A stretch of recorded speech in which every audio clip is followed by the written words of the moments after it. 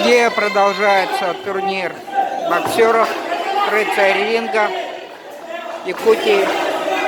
Сейчас одним из почетных гостей является олимпиец Анатолий Филиппов, который внимательно смотрит за происходящими боями.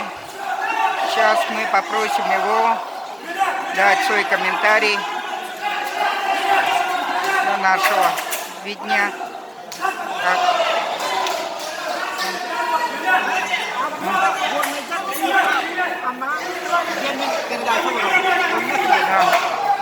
Анатолий Филиппович, да, добрый день. Добрый день. Можете немного прокомментировать проходящий турнир? Вы смотрите же бои с первого дня. Да. И что могли бы отметить за прошедшие поединки? Бокс поднимается в республике. Ребята хорошие сейчас. Хорошие есть ребята. Ну, наверняка особое ваше внимание привлекают боксеры легких весовых категорий, Да, где да. вы сами выступали в свое время. Нравятся ребята нынешнего поколения? Главные бои пошли даже. Главные бои. В весе 49, где сами могли выступать, в свое время выступали, кого можно отметить? Ну, я смотрю, как я отметить не могу, но все хорошие. Все хорошие ребята. Все хорошие ребята. Современный бокс и бокс вашего времени насколько изменился?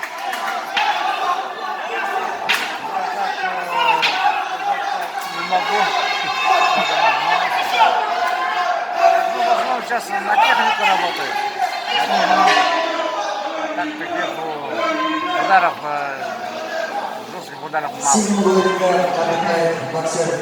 Ну вот лично на мой взгляд, насчет боев, качества боксеров, мастерства сказать ничего не могу, но зал очень маленький и вмещает мало зрителей. Маленький, да, маленький зал. Вот, Зрительский зал вообще маленький. пожалуй, это единственный минус проходящего турнира, на мой взгляд. А вам самим доводилось принимать участие в спортивных играх народов? Нет. А была бы возможность, вышли бы на ринг? Ну, если были бы на 10 лет моложе, скажем, 15. Ну, как сказать, сейчас до 40. Ну, могу уйти, конечно. Хорошо. Может, за кого-то персонально вы переживаете?